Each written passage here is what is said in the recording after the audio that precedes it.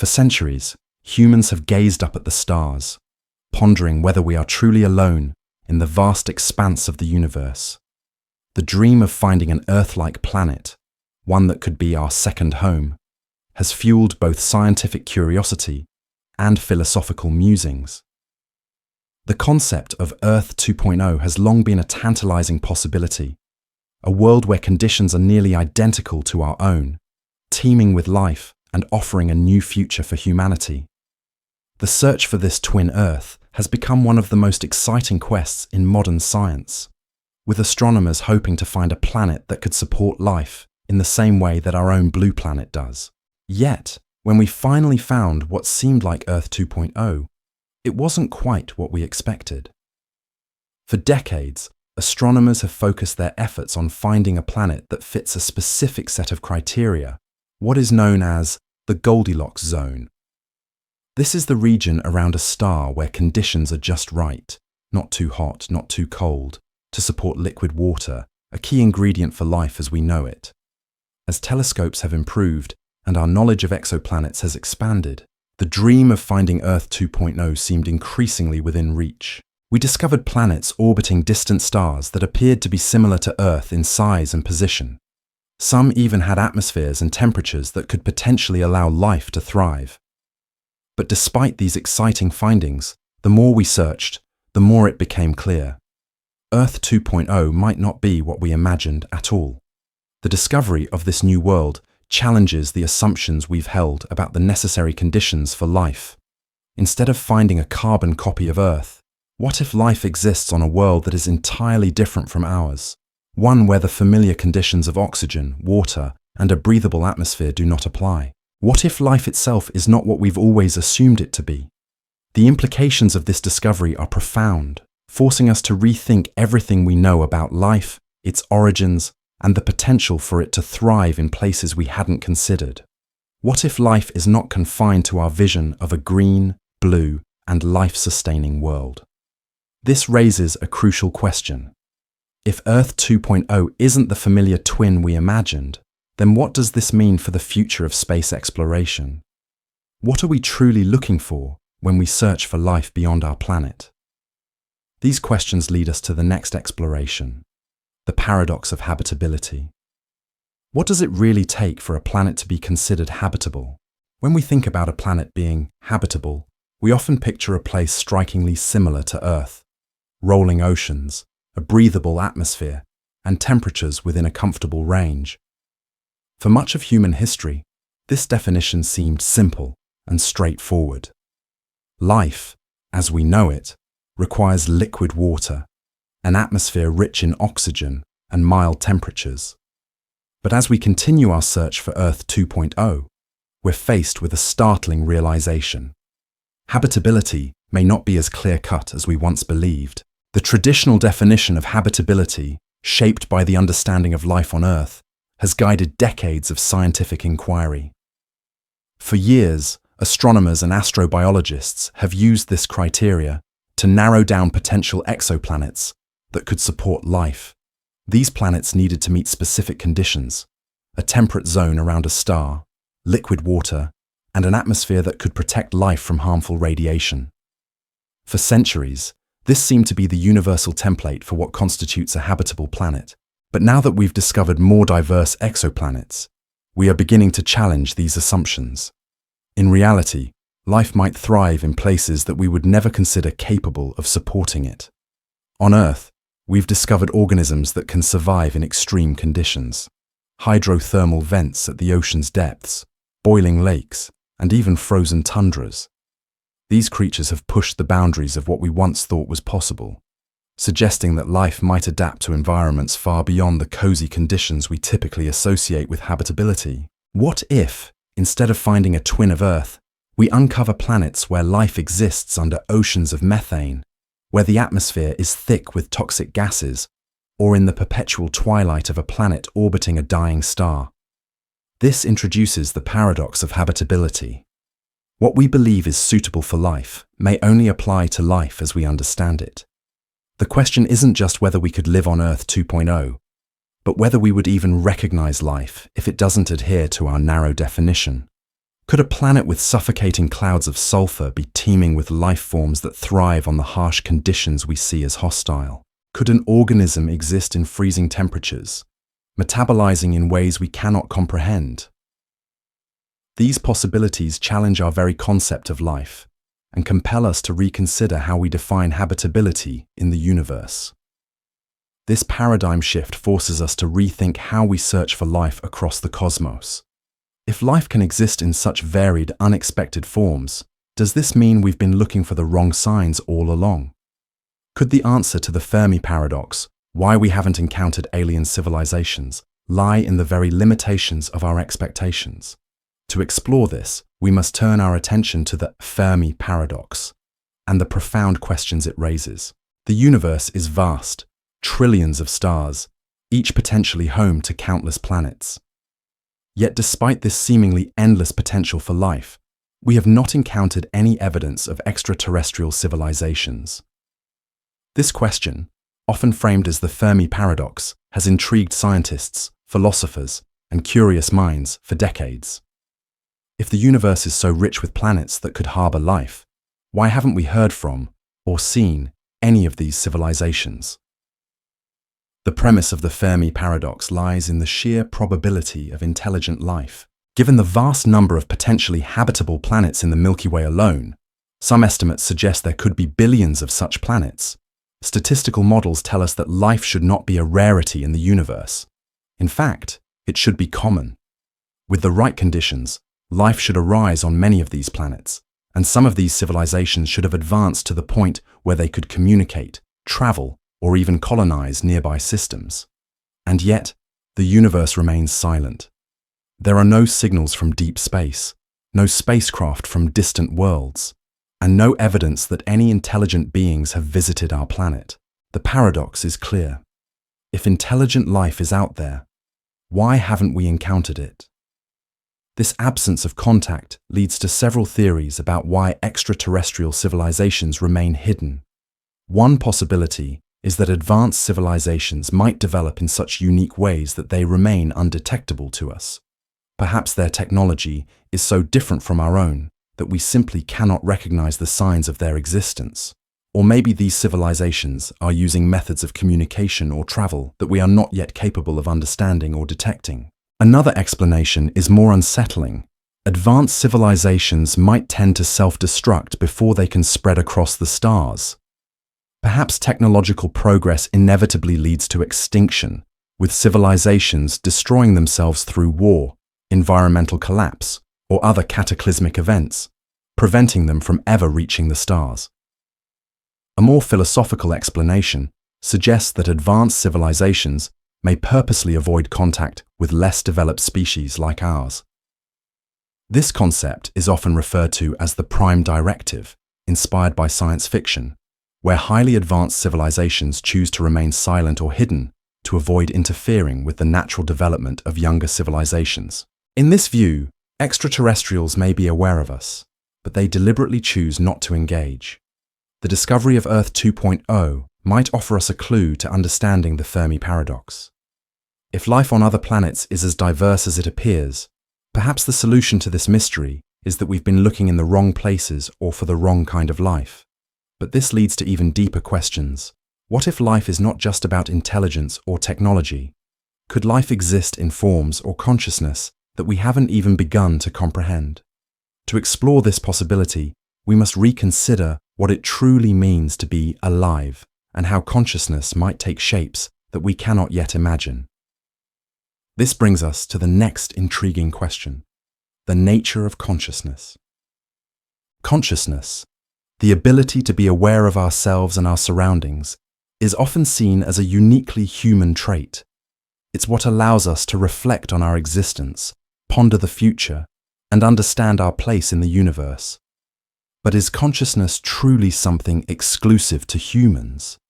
Could other forms of life, whether on Earth or elsewhere in the cosmos, experience consciousness in ways we can't even begin to imagine?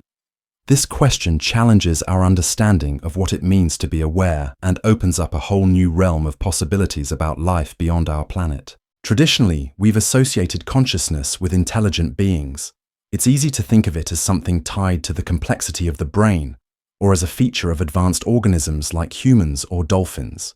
But what if consciousness isn't limited to creatures like us? Could even simple life forms, like microbes or plants, possess a form of awareness? And what about entirely different kinds of life? Organisms that don't share our biology or evolutionary history? If we step outside our Earth-centric view, we begin to realize that consciousness might not be confined to a specific type of organism, or even a specific chemical structure. The very essence of consciousness could be far more universal and diverse than we think. For example, could a tree be aware of its surroundings in a way that's different from how humans experience consciousness? Some scientists argue that plants may have a form of perception, responding to light, gravity, and chemical signals in ways that suggest a basic form of awareness. Could this kind of awareness be considered a primitive form of consciousness? And what about Earth 2.0? If life exists there, could it possess a consciousness unlike anything we've ever seen?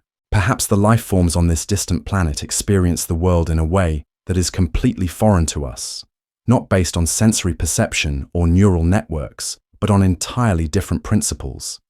If consciousness is not confined to Earth-like life, it challenges us to rethink how we view not just other planets, but the very idea of life itself. If we one day discover a form of life on Earth 2.0 that possesses a consciousness radically different from ours, it would reshape our understanding of what it means to be alive.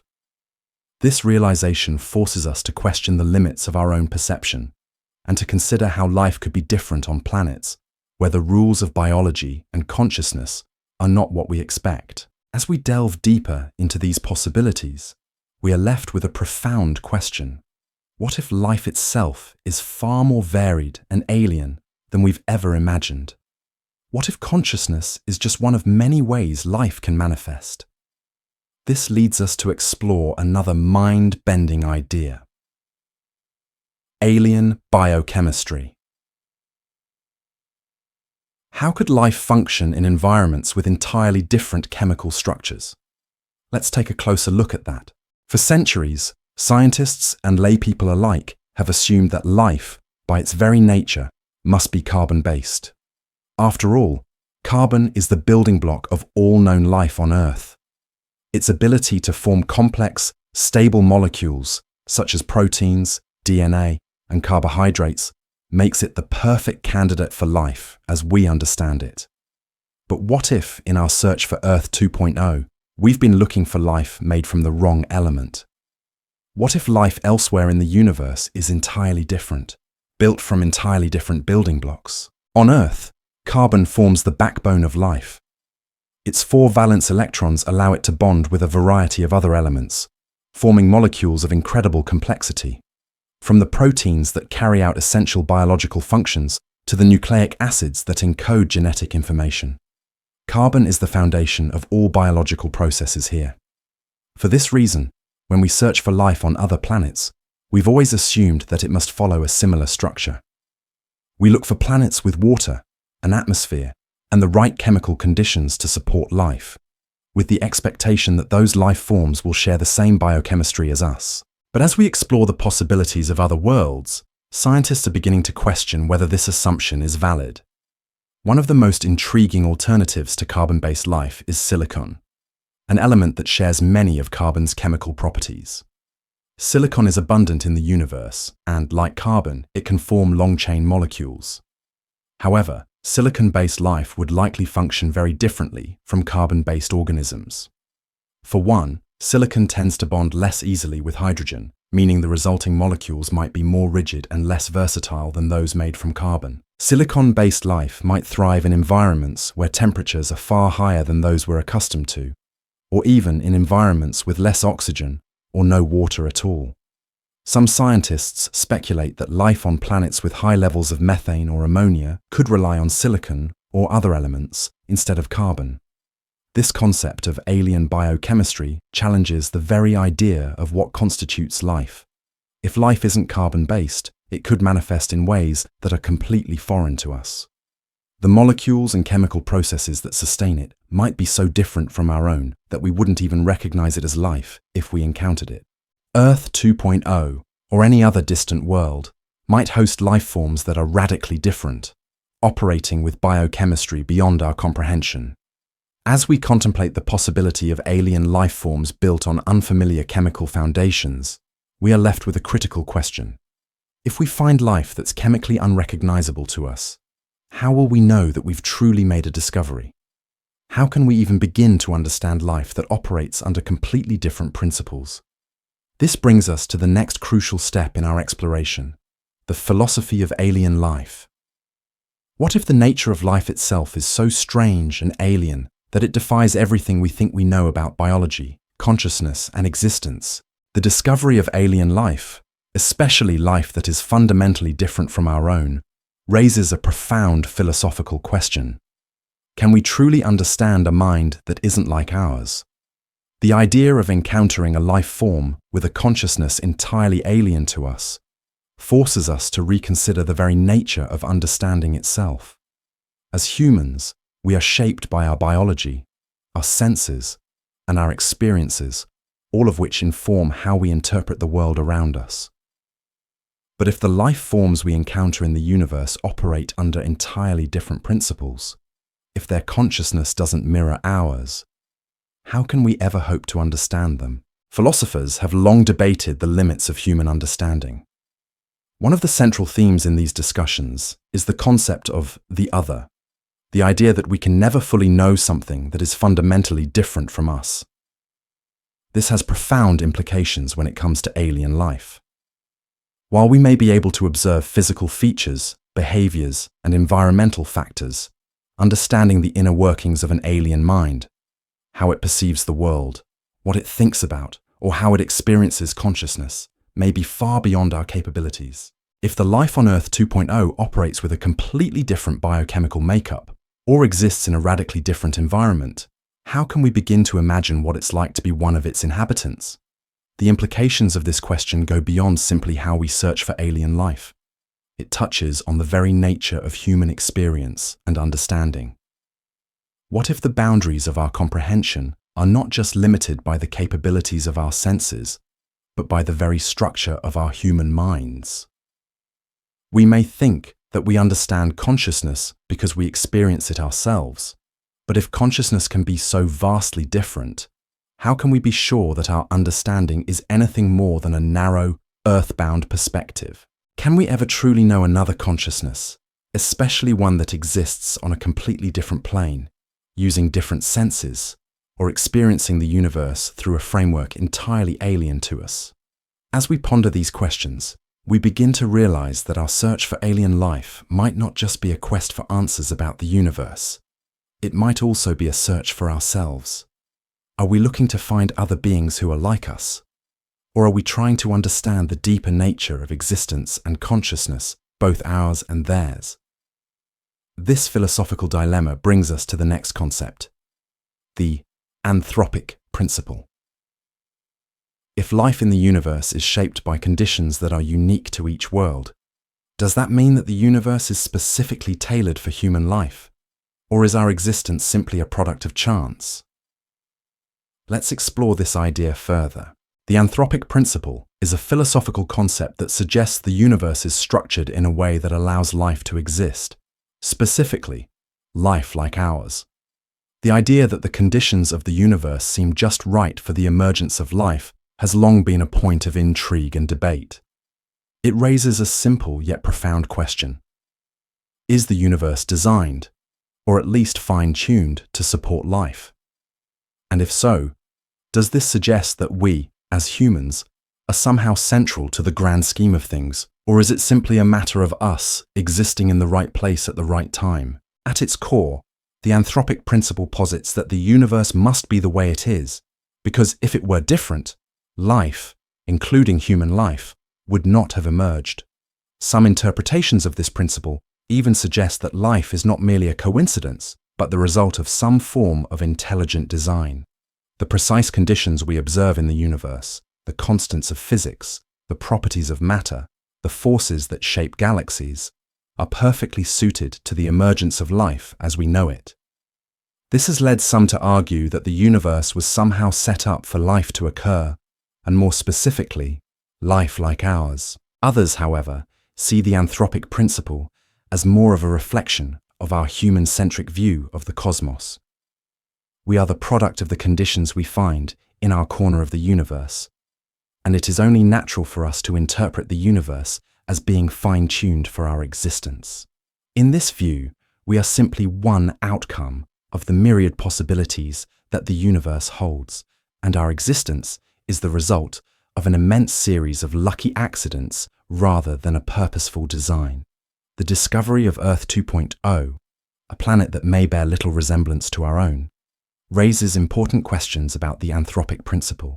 Could the existence of a vastly different world, one that is not fine-tuned in the way we expected, suggest that the universe is not constructed with us in mind at all? Instead of being a perfectly ordered system designed for life, perhaps the universe is simply a vast, chaotic space in which life, as we know it, is just one possibility among countless others. Earth 2.0 might be a world that challenges our belief that the universe was made for us, offering a glimpse into the randomness of existence itself.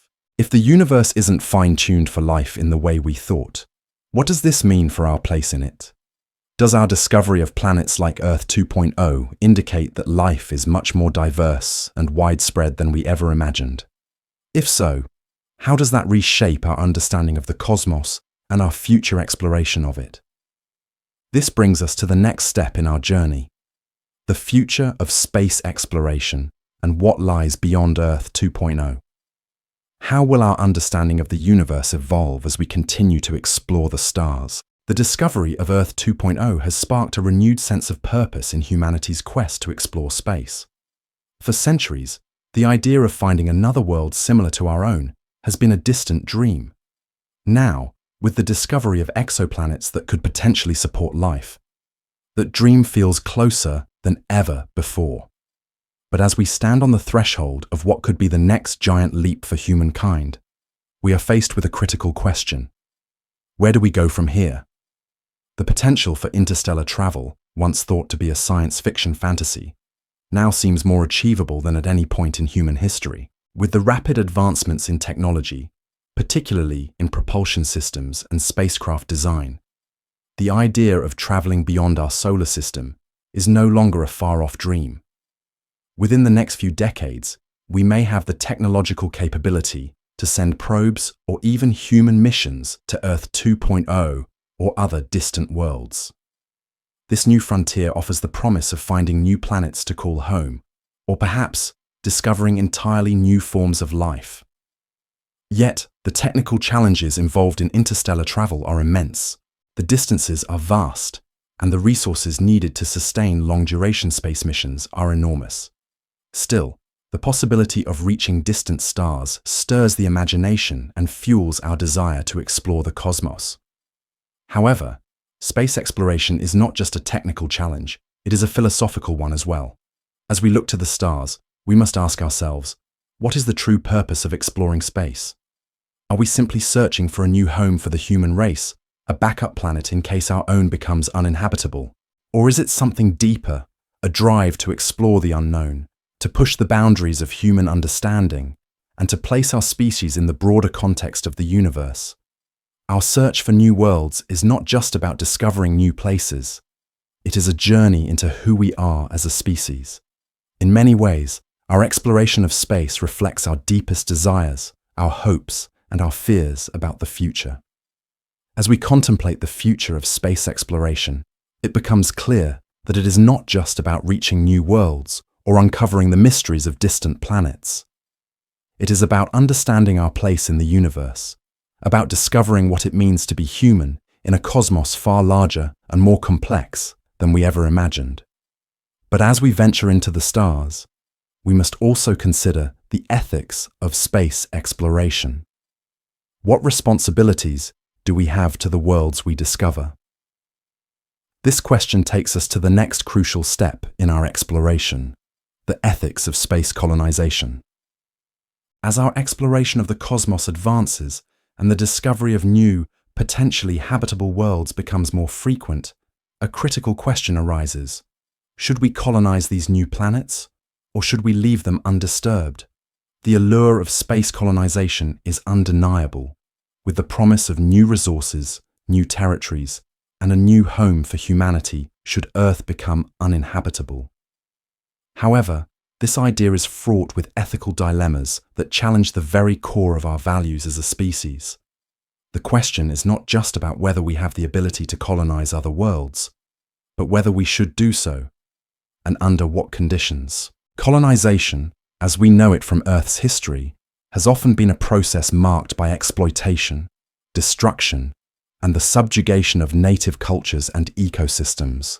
From the colonization of the Americas to the exploitation of Africa, the history of colonization on Earth is marred by violence, greed, and disregard for the lives and cultures of indigenous populations. Should we carry this history into space?